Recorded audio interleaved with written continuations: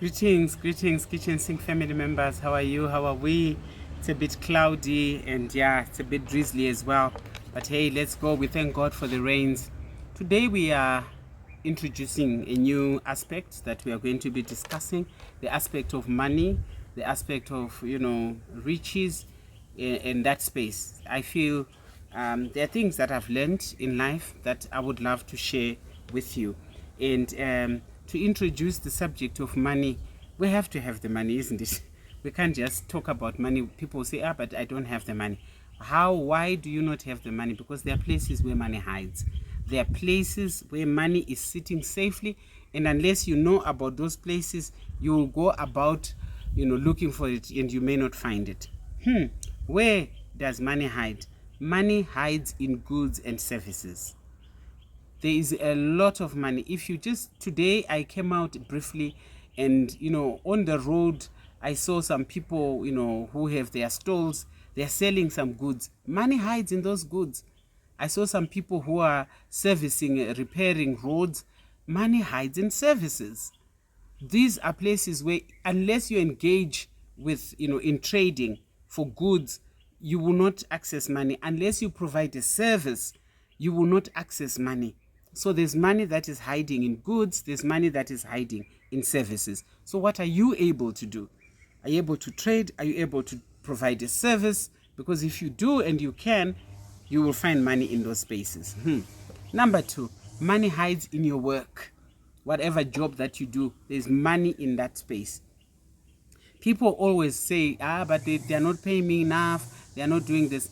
There are fundamental things that you have to know about money as you engage for work or for whatever it is that you are doing. You have to have a budget in life. You have to have a plan, with your money. You have to save money. You have to learn to save money. It doesn't matter how much it is or how less it is. Unless you save it, it will easily be elusive and it goes wherever it wants. Very, very important. You also have to have a healthy relationship with money. Before you even start amassing wealth, you have to have a healthy relationship with your money. So are you budgeting? And live beneath your means. With all your whatever, live within your means. Not even to live beneath your means is what I want to emphasize. You don't necessarily have to live within it. Beneath is even better. So that you train yourself to live beneath. When you live beneath your means, you're assured of extra money, and then you can begin to save that money. Therein lies money, in a habit. And by the way, did I tell you that money is behavior? Money is behavior. The paper that we hold, the silver that we hold in our hands is only so that as a way of exchange. But 90%, 95% money is behavior. You can have loads of it, but because your behavior is at tangent with the money, you will not be able to succeed with a lot of money. That's why even people that have little money are still successful. Why? Because 95% money is behavior. According to me, that's my statistic. Money is behavior. Another place where money hides is in opportunities. There are people who always see problems. Always. They encounter problem. They encounter problem around them. And they can explain problems. They can describe it. They can go to town and beg on problems. In that same place where you are seeing a problem, another person will see an opportunity. Another person will make money where you are seeing problems. Another person will succeed at it. So money is in opportunities. It's just how are you seeing your situation? How are you seeing your circumstances? Because you can limit yourself in what you are seeing and how you are seeing, to the point an opportunity to another person is a distraction to you in your life. There's money in opportunities. Also, money hides in vision. Do you have a plan? What are you aiming for in life? Because therein lies your money. And then with vision comes the set. I keep holding my glasses, because which eyes are you using to see success in your life? Which eyes are you using? If I were to predominantly use my physical eyes, definitely there's limitation. But the moment I add spectacles, I see clearer. So they are physical eyes, these that you see. They are also eyes of the heart, eyes of understanding, eyes of the mind, eyes, I said eyes of the head, eyes of the heart, these physical eyes, and perception, understanding, and eyes of the heart. You need several sets of eyes so that at any, where I need physical eyes, I'll use physical eyes. Where I need eyes in my mind, I use eyes of the mind. Where I use to understand, I use eyes of understanding, eyes of the heart. Don't just move around with one set of eyes. You need more than just one set of eyes, because when this one is limited, the other picks up. As I'm talking to you, what is that singer, that American singer, Stevie Wonder? Stevie Wonder doesn't have physical eyes, but he has been very successful because he uses eyes of the heart. He uses eyes of the mind, perception, feeling words with his hands. Where I see with my eyes, he feels them with his hands, braille, and he's able to read using his hands. You need more than physical eyes, dearly beloved. Don't be limited. Ensure that you employ more than one set of eyes in life. The wise writer says, the wise man's eyes are in his head, but the fool walks in darkness. Yet I myself perceived that the same event happens to them all. There are things that will happen to, like I'm telling you, in the same place where someone is seeing darkness and there's nothing happening in that same space, somebody will see light. They will be successful in that place. Very important. Money also hides in people, in human beings. Human beings, when you see them, when you see some people, very, very unassuming. You know why they are unassuming? Because they can't walk around with their bank. They can't walk around with their assets. They can't do that. But that doesn't mean they don't have money. They have it. It's sitting in a bank somewhere. It's sitting in an asset somewhere. You go ahead and provide a service. Be rest assured they will pay you. Go ahead and engage in a trade with them of sorts. They will pay you, because people don't move with it. And sometimes it's not even like in a bank or in an asset. It's in their pocket. They just need to put their hand in the pocket and transact with you. You exchange their money for goods that you are selling them. Human beings hide money.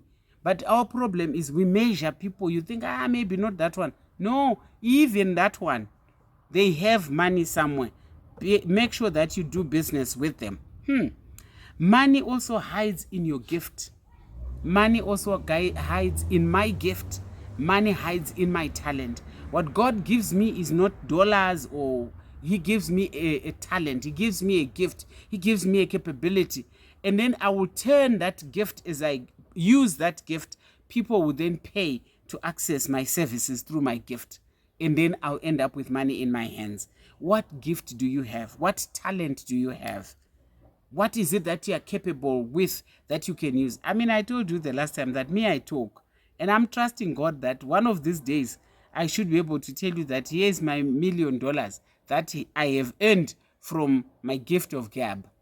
Money, money, money everywhere. Okay. Also, when you're thinking of money in people's pockets, it's also like, money hides in seeds, in a seed form. If you can't open your eyes to see that in this seed there is money, you will eat it. In our culture, there's something that a proverb that says, "Msakange mbeu, ukakanga mbeu unonzi uri benzi," And a lot of us do zvatiri kuita. Tiri kukanga mbeu, money which we must invest so that it can give us more money. We are eating that. We are eating our seed.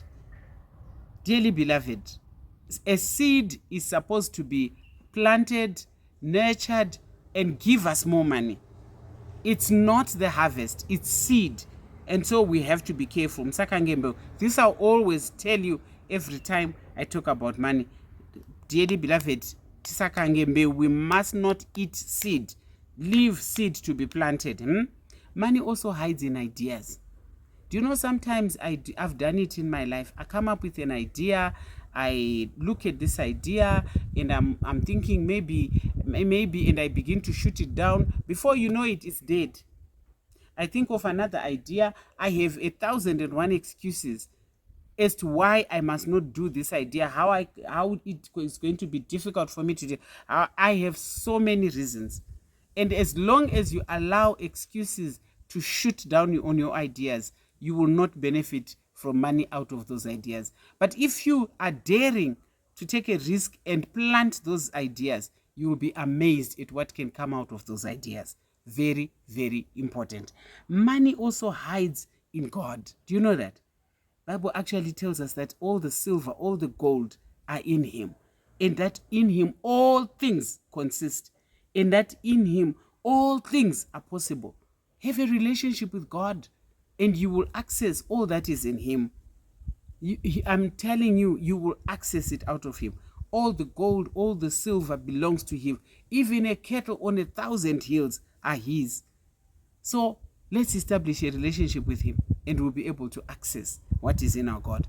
I've told you earlier, before we go into the series to do with money, let's just make sure that in all these places that I've talked about, find your own place where you're going to be finding money, as long as it is not in people's pockets. Don't find it in people's pockets, as in your hand going into there. They can take it out themselves and trade with you, but not you stealing money out of people's pockets.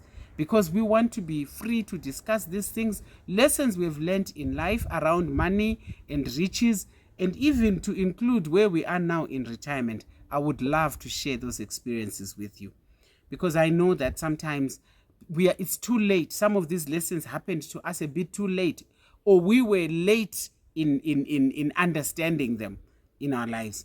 But thank you so much for coming. I'm telling you, 𝐂𝐎𝐍𝐶 family members, I'm so grateful. Thank you, thank you, thank you for your support, for you, those that are watching. I beg you, please watch all these videos to the end, because this is how we establish the number of hours that we are needed for me to be monetized. But thank you so much. May God bless you so richly in your lives, your families. Thank you. See you in the next video.